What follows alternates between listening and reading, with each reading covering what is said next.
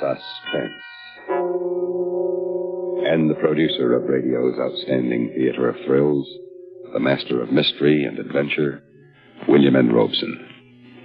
It has been more than 60 years since a New England lady named Charlotte Perkins Gilman wrote a story called The Yellow Wallpaper. Since then, this tale of almost unbearable horror has firmly established itself as one of American literature's greatest tales of terror, ranked by the aficionados of the macabre, along with The Telltale Heart and The Pit and the Pendulum of Edgar Allan Poe. When you combine such a great story with the great talent of the First Lady of Suspense, Miss Agnes Moorehead, you may be sure of an uneasy and unsettling half hour. Turn down the lights, then, and listen. Turn down the lights so you can't see the pattern of your wallpaper, as Agnes Moorehead stars in The Yellow Wallpaper, which begins in exactly 1 minute.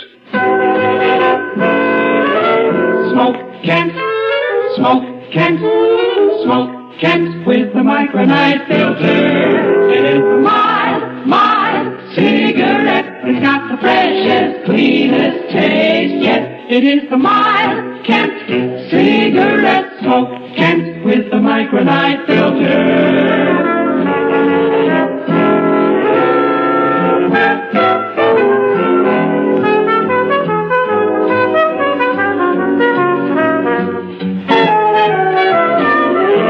It is the mild cigarette. It's got the freshest, cleanest taste yet. It is the mild Kent cigarette. Smoke Kent, smoke Kent, smoke Kent with the micronite filter.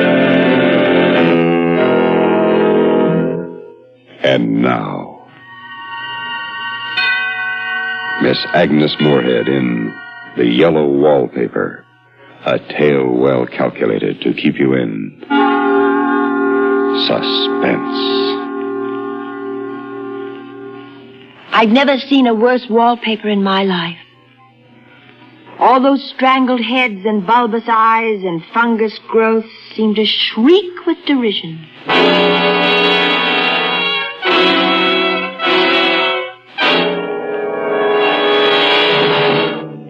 When we came to this house, the minute I saw it, I made up my mind secretly to start writing again, in spite of them. But I don't dare let John know I'm keeping this journal. It's difficult being married to a doctor. John's an excellent doctor, I'm sure, but he's so inconsistent about me.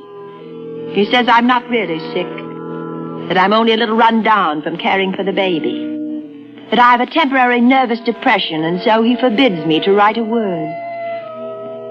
But writing is such a relief to my mind. I can write down things, tell things here that... No, John says I'm not to brood about those things. I confess they make me feel badly, so I'll only write about the house. I saw it for the first time today, the most beautiful place. John rented it for the summer, and we drove up today, a perfect June morning. The bay and the white sails and people already in swimming. And then the shaded lane and the old-fashioned flower garden and the gnarly trees and the house. The house standing alone in the summer stillness. I could never tell John, but you know the house spoke to me. It was only because he rattled on so that I couldn't hear what it said. Reminded me of those English places you read about. And at only $200 a month. Gardener's cottage and everything. Hedges and walls and gates that lock, and there's a ghostliness. Remember, I rented it just for you, and you're going to let Jenny do all the work while you live the life of Riley. Do you like it, darling? Do you? Yes. Yes, it's lovely, but strange, as though it might be haunted. Darling, you've got that look on your face again, that dopey look. Well, Jenny's home. There's a station wagon. And if I know my dear sister, she's already turned the place inside out and cleaned it top to bottom. John, is it haunted, do you think? What? The house? Yes. At $200 a month? That's asking too much of fate. Come on, hop out. Then why is it rented so cheaply, and why hasn't anyone lived in it for such a long time? I'd call it luck if I believed in luck. There is something strange about the house. I feel it. Now, stop imagining things. I'm not imagining. One reason I don't get well is that you don't believe me. You don't even believe I'm sick. You tell my friends and relatives, I've heard you, that there's nothing wrong with me. There isn't anything wrong with you. Oh, John. I'm sorry. Don't cry. Come along. Let's go inside.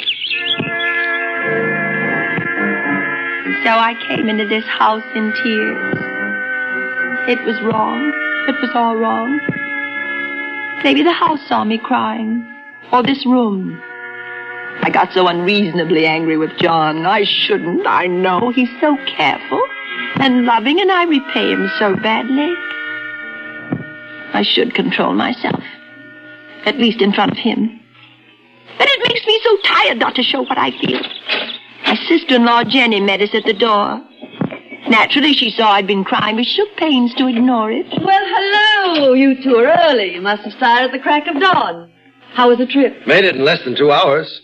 They're like as peas in a pod, Jenny and John, both efficient and kind. How did you bear up, pet?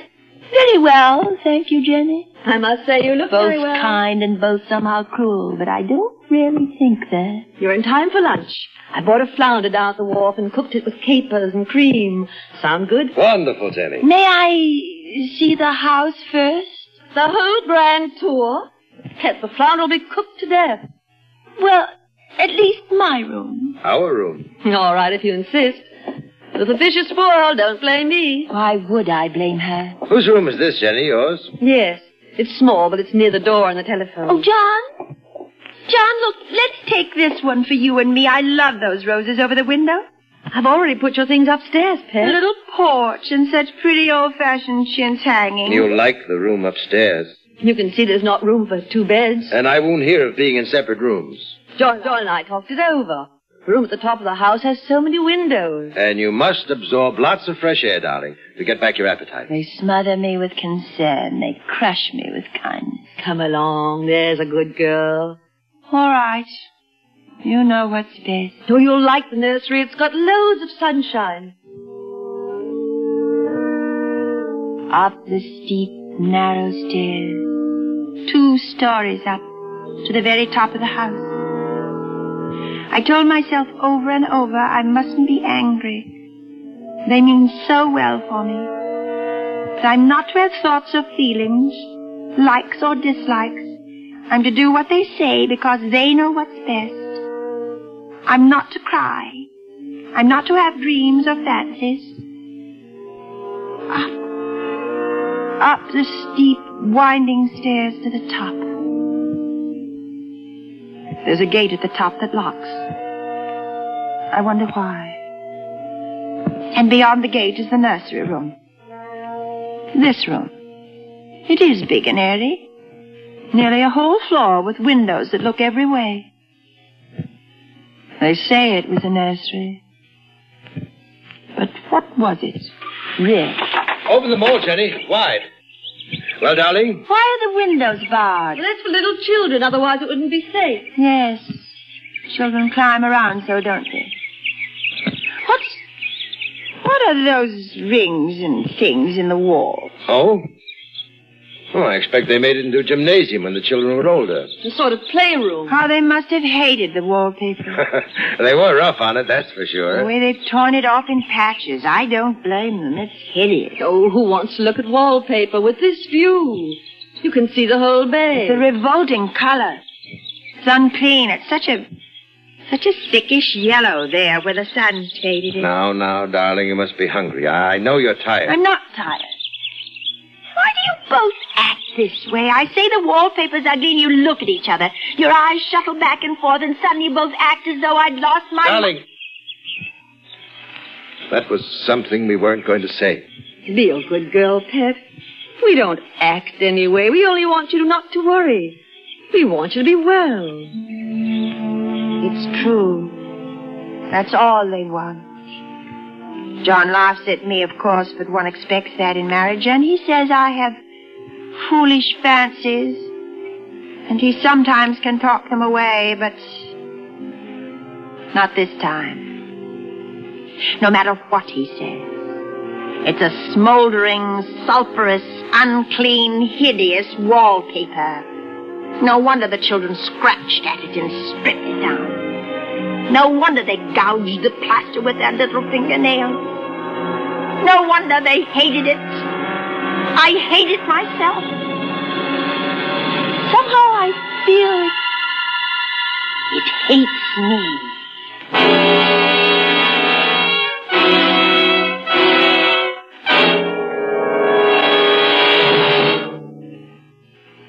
In just a moment, we continue with suspense.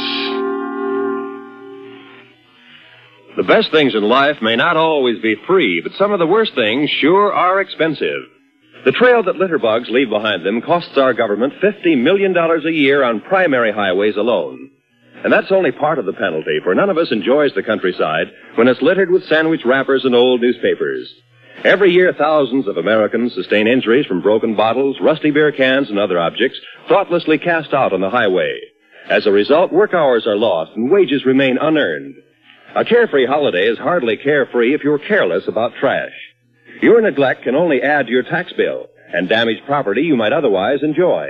It creates a health hazard for yourself and others. Wherever you are this minute, out in the country or right in the heart of town, CBS Radio hopes you'll join the nationwide campaign to keep America beautiful. There's no membership card, no dues. All it takes to join is the resolve to keep America beautiful by keeping litter off streets and highways. And now,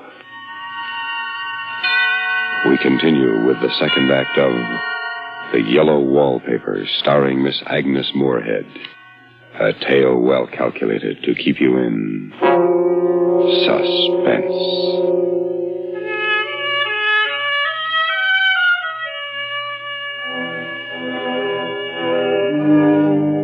We've been here 2 weeks, and I haven't felt like writing again since that first day. I'm sitting up by the window now, in this frightful nursery room. There's nothing to stop my writing as much as I please. John is away all day, and sometimes even at night if he has a serious case. I'm glad my case is not serious. These nervous troubles can be depressing all the same. John doesn't know how much I suffer. He knows there's no reason to suffer, and that satisfies him. I suppose John is never nervous in his life. He laughs at me so about this wallpaper. No, I won't let you have your way, you silly goose. If we take it in the room downstairs, you'd be seeing faces in the chintz drapes. Not faces, John. Look at that spot. And that one over there. Yes, I see. It's a recurrent pattern. It's a broken neck with 2 bulging eyes staring at me upside down. And to me, it's climbing ivy or some kind of vine. Take your choice. It could be anything. It's the everlastingness. Up and down. Climbing up and down. Sideways. Crawling, and everywhere those unblinking eyes. Now you must try to rid your mind of such nonsense. You simply must. All right, John, I'll try. After all, it's only in certain lights when I look at the wallpaper from the bed that I see... See what? Nothing. Nothing, John. No, you're right. There's nothing except a pattern. A front pattern. And an under pattern in a different shade of yellow. It dwells in my mind so. I lie on that great immovable bed. It's nailed down. And follow the pattern about by the hour. And then where it isn't faded and when the sun is just so, I see a strange, faint, formless sort of figure lurking, waiting behind that front design. There are things in that wallpaper that nobody knows but me. You know, there's a woman stooping down and creeping about behind that pattern. Last night, it was moonlight, and the moon shines in all around just as the sun does. And John was asleep, and I hated to waken him, so I kept still and watched the moonlight on the wall until the figure behind began to shake the pattern as if she wanted to get out. I got up softly and went and felt the paper to see if it did move. It moved. I'm sure of it. And the woman cried out as though her voice came a long way over water. Let it go. Let me up. Let it go. Let me up. When I went back to the bed, John was awake. What is it? Huh? Why are you up? Don't go walking around like that. You'll catch cold. Well, the moonlight woke me. Well, you are cold. You're shivering. John, I'm not really getting better. Won't you take me away? I don't see how we can leave before our lease is up. Of course, if you were in any danger, I would, but you really are better, dear, whether you see it or not. I'm a doctor, and I know. My appetite may be better in the evening when you're here, but it's worse in the morning when you're gone. You're gaining weight, and your color is better. I don't weigh a bit more, not even as much. Nonsense. You're getting better, I tell you. Better in body, perhaps, but in mind, Darling. I'm not... For my sake, and your sake, and for the sake of our child, I beg you not to let that idea enter your head, not for one instant. Now, can't you trust me as a doctor when I tell you it's a false and foolish idea? Answer me, darling. Don't you trust me? Yes, of course I trust you, only... Only what? Oh, nothing. I'm sleepy. Let's go to sleep. But I didn't sleep. I lay there for hours trying to decide if the front pattern and the back pattern moved together or separately. No, there's no question about it. In the moonlight, the front pattern becomes bars. The outside pattern, I mean. And the woman behind it shakes the bars as she creeps around.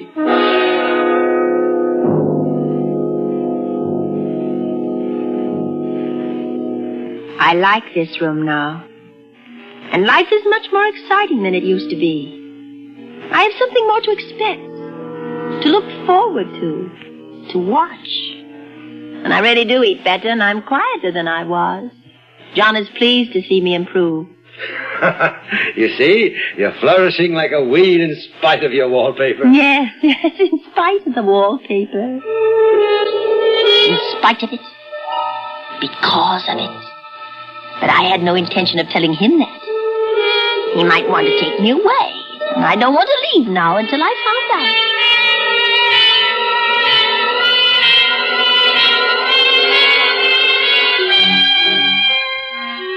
There's a very funny mark on the wall low down near the mopboard. A streak that runs around the room. It goes behind every piece of furniture, except the bed. A long, straight, even smudge, as if it had been rubbed over and over. How was it done? Who did it? What did they do it for? Round and round. Round and round. Round. Makes me dizzy.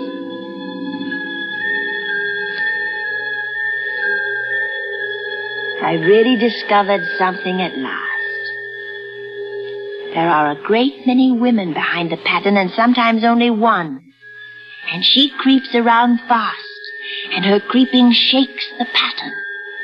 She's trying to climb through and can't because the pattern strangles everything. But she does get out in the daytime. I know because I've seen her. When a car comes, she hides in the blackberry vines. I'd hide too. I always lock the door when I creep by daylight.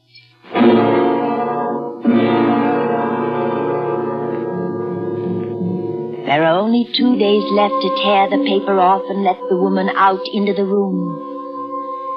The John's beginning to take notice. I don't like the look in his eyes, or the way he talks with Jenny about me. I overheard them. She isn't sleeping nights. Oh, she's quiet, but I know she's awake. It's no wonder. She sleeps the whole blessed day. Maybe I ought to call in another doctor. It's just stubbornness, John.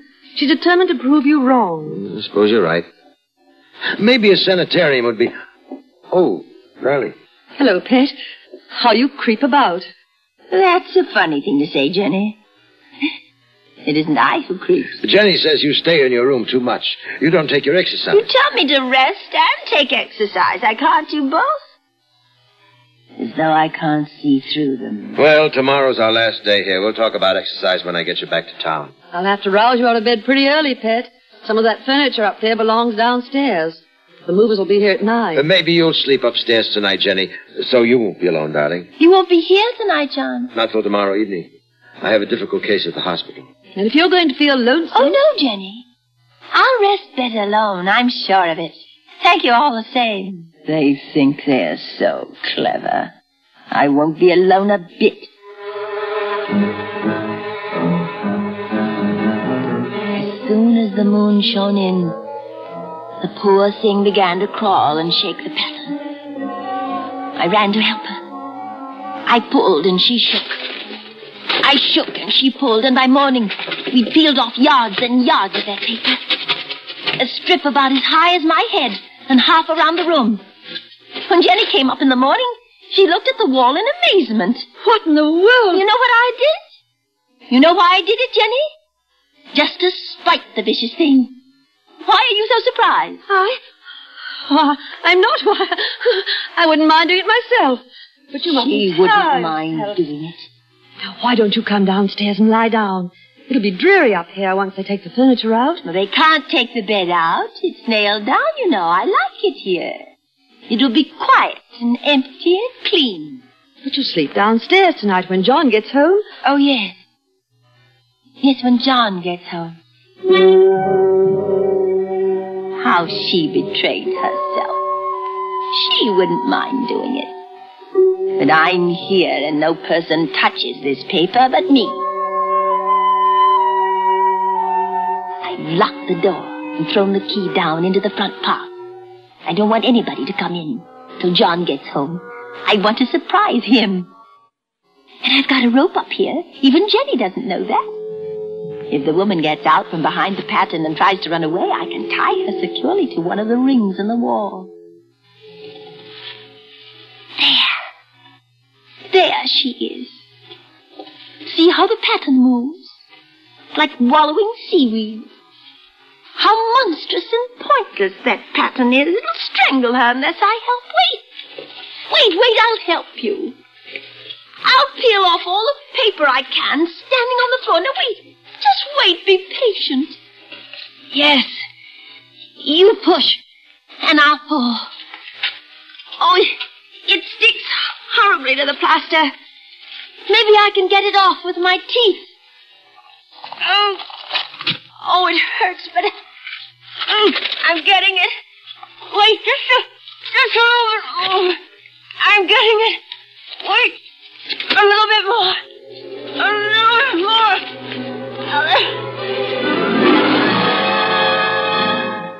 I wonder if they all came out of the wallpaper as I did. I think they did. But I have you securely tied by my rope. You'll never get away. But I don't want to get away. It's so pleasant to be on, to creep about as I please. It is pleasant. But at night you have to get back behind the pattern. That will be hard. Well, it's better than going outside. I won't go outside, even if Jenny asks me to. Or outside, I have to creep on the ground, where everything is green instead of yellow. And here, I creep smoothly on the floor. Listen, there she is now. Darling, open the door. Why, it's John at the door. Open the door, darling. Open it, please, dear. How he does pound and shout. It's no use, Dr. John. You can't open it. Open it. Do you hear me? Open it. Jenny, bring me an axe quickly. Oh, no. He'll break down that beautiful door. John, dear, the key's down in front of the house, under a plantain leaf. Please, darling. It's down by the front door, John. Open the door! For heaven's sake, open it! I can't. The key's downstairs, John.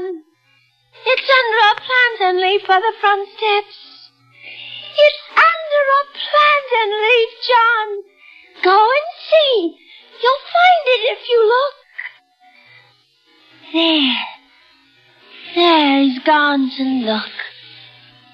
Now I can creep slowly, smoothly on the floor, round and round and round and round. And my shoulder just fits into that long smooch on the wall, so I can't lose my way. He's coming back. He's running on the stairs. How astonished he will be. My dear. Oh, my dear, what is it? What's happened? I've got out at last, John. Out? Out from... Yes. In spite of you and Jenny.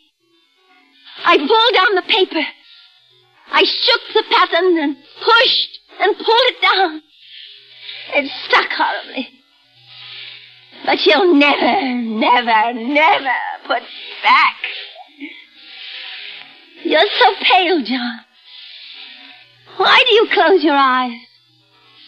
Watch how swiftly I creep in this lovely yellow room.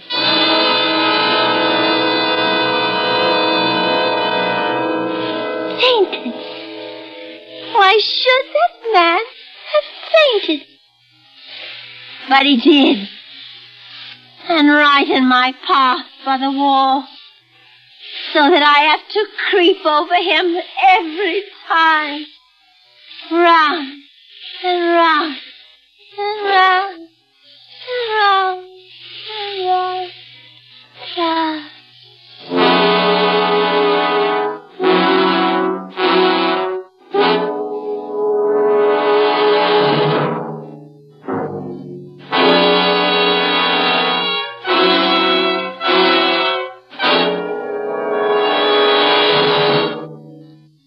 Suspense, in which Miss Agnes Moorehead starred in The Yellow Wallpaper, adapted by Sylvia Richards from the story by Charlotte Perkins Gilman. Listen. Listen again next week when we return with Alibi, another tale well calculated to keep you in suspense. Supporting Miss Moorehead in The Yellow Wallpaper were Ann Hunter as Jenny and Joe DeSantis as John. It's true that all news reporters broadcast some of the same news items, but there's a great difference in news reporters. There's no substitute, for instance, for the years of wide, diversified experience Lowell Thomas brings to his nightly newscasts on CBS Radio. Gold miner, cowpuncher, college professor, newspaper reporter, editor, historian, biographer, movie commentator, lecturer, author, and film producer have been some of the professions followed by Lowell Thomas in his active life. And he draws on all these experiences to illustrate and spice his broadcasts. As an explorer and world traveler, Lowell Thomas has led expeditions to the far corners of the globe and written some 43 books based on his travels. He has met many leading personalities of all countries, and when their names are on the news headlines, Lowell Thomas usually has an interesting anecdote to tell as an aid to understanding the news behind the news. Join him every Monday through Friday night on most of these same stations when Lowell Thomas reports the news. This is the CBS Radio Network.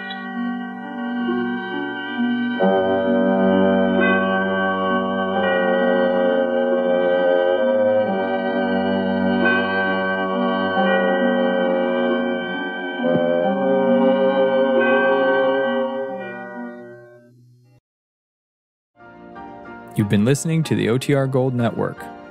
Find more classic radio at otrgold.com.